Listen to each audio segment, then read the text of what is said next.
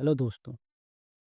स्वागत है आपका हमारे यूट्यूब चैनल में जिसका नाम है दी ऑडियो स्टोरी। आज की कहानी है पता नहीं शायद। सुबह के 7 बजे थे। दिल्ली की सड़कों पर धुआं और सूरज दोनों बराबरी से अपनी जगह बना रहा था। कहीं कोई ऑफिस की तरफ भाग रहा था, कोई बस पकड़ने की कोशिश में था, और इन्हीं भीड़ भरी गलियों के बीच एक आदमी, आदित्य, धीरे धीरे चल रहा था। कंधे पर बैग, हाथ में कॉफी का कप, और चेहरे पर वही सवाल जो हर रोज उठता है, क्यों?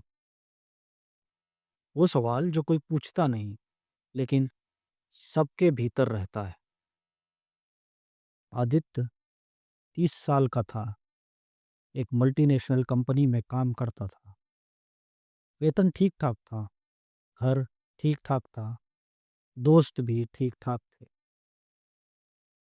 बस कुछ ठीक नहीं था, और वही चीज उसे हर सुबह देर तक आईने के सामने खड़ा रखती थी। वो ऑफिस जाता, हंसता, बात करता, मीटिंग्स में बोलता, लेकिन लौटते वक्त जब फ़ोन की स्क्रीन पर नो न्यू मैसेज देखता, तो उसे लगता जैसे पूरी ज़िंदगी का नोटिफ़िकेशन बंद हो चुका है। एक दिन उसने खुद से कहा,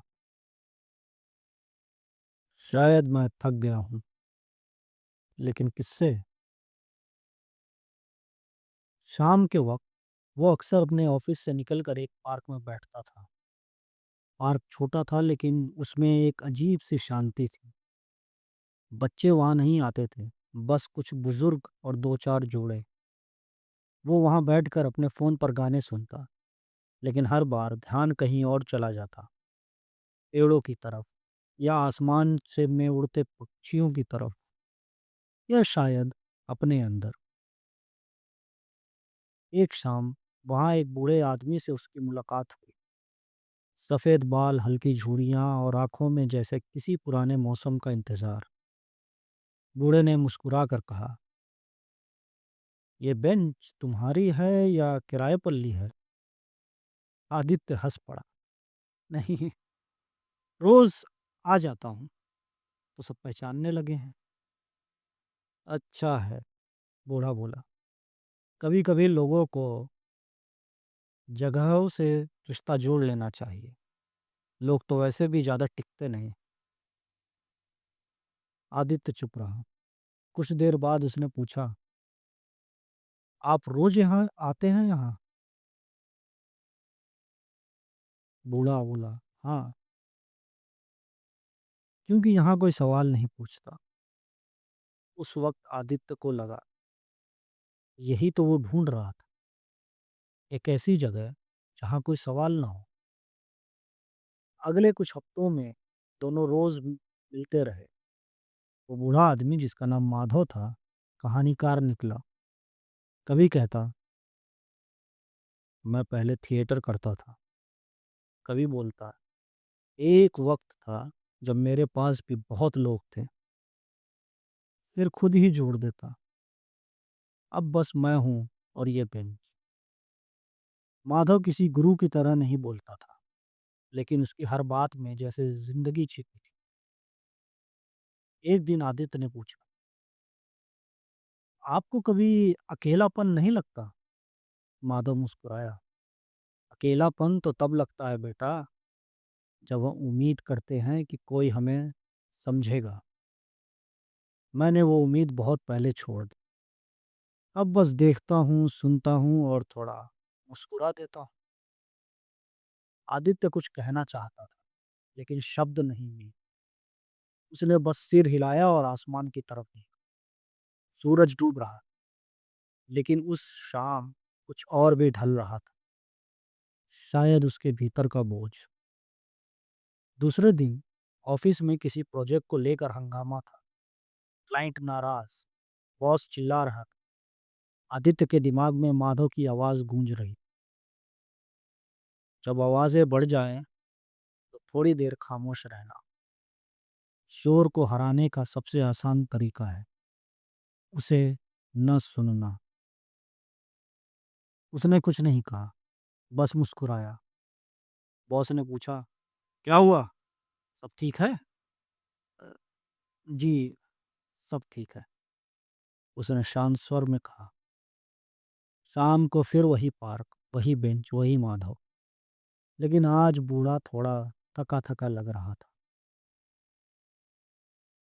आज ठीक नहीं लग रहे हैं आप, माधव ने कहा। थोड़ा बुखार है, पर दिल का नहीं, इसलिए चिंता मत करना। दोनों हंस पड़े। फिर माधव ने धीरे से कहा, जानते हो, जिंदगी में दो ही तरह के लोग होते हैं। एक जो सब समझ कर भी कुछ नहीं बदलते, और दूसरे जो कुछ नहीं समझते और सब बदल देते हैं। तुम्हें क्या लगता है, तुम कौन हो? आदित्य सोच में पड़ गया। शायद मैं बीच में हूँ, उसने कहा। न समझ पा रहा हूँ, न बदल पा रहा हूँ। माधव बोला, तो फिर तुम जिंदा हो, क्योंकि मरना मतलब है तय हो जाना। कुछ दिन बीते। बारिश शुरू हो चुकी थी। पार्क में भीगते पेड़, खाली बेंचें और एक अधूरी कहानी। आदित्य रोज आता रहा, लेकिन माधव नहीं दिखा। तीसरे दिन भी नहीं, चौथे दिन भी नहीं। फिर उसने चौकीदार से पूछा, वो बूढ़े साहब कहाँ गए? चौकीदार बोला, अरे वो, सुना है अस्पताल में है, तबीयत ठीक नहीं। उस रात आदित्य सो नहीं सका। पहली बार उसे किसी अजनबी की कमी महसूस हुई। एक ऐसा इंसान जिससे वह कुछ जानता भी नहीं था, लेकिन बहुत कुछ सीख गया था। 2 दिन बाद वो अस्पताल पहुंचा।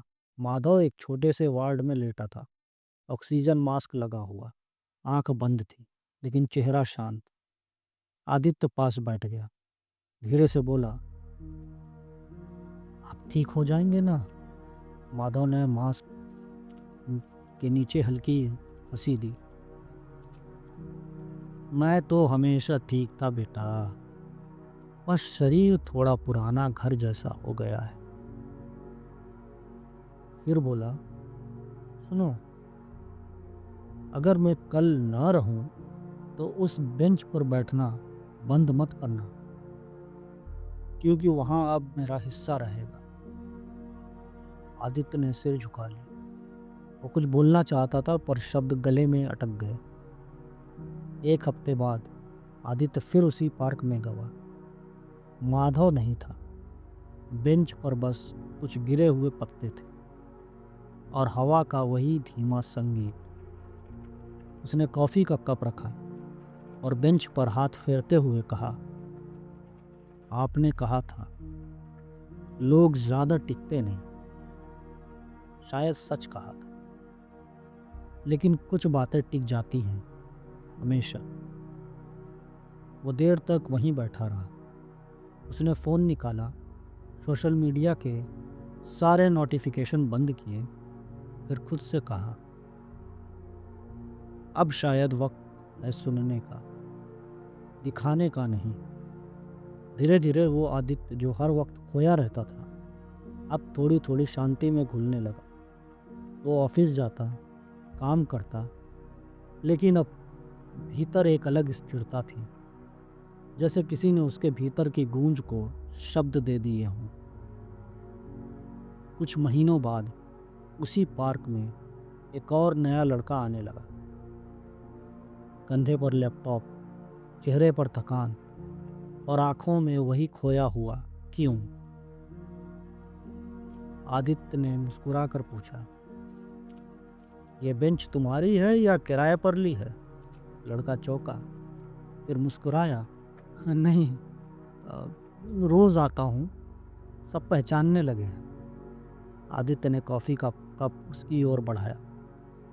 अच्छा है, कभी कभी लोगों को जगहों से रिश्ता जोड़ लेना चाहिए। लोग तो वैसे भी ज्यादा टिकते नहीं।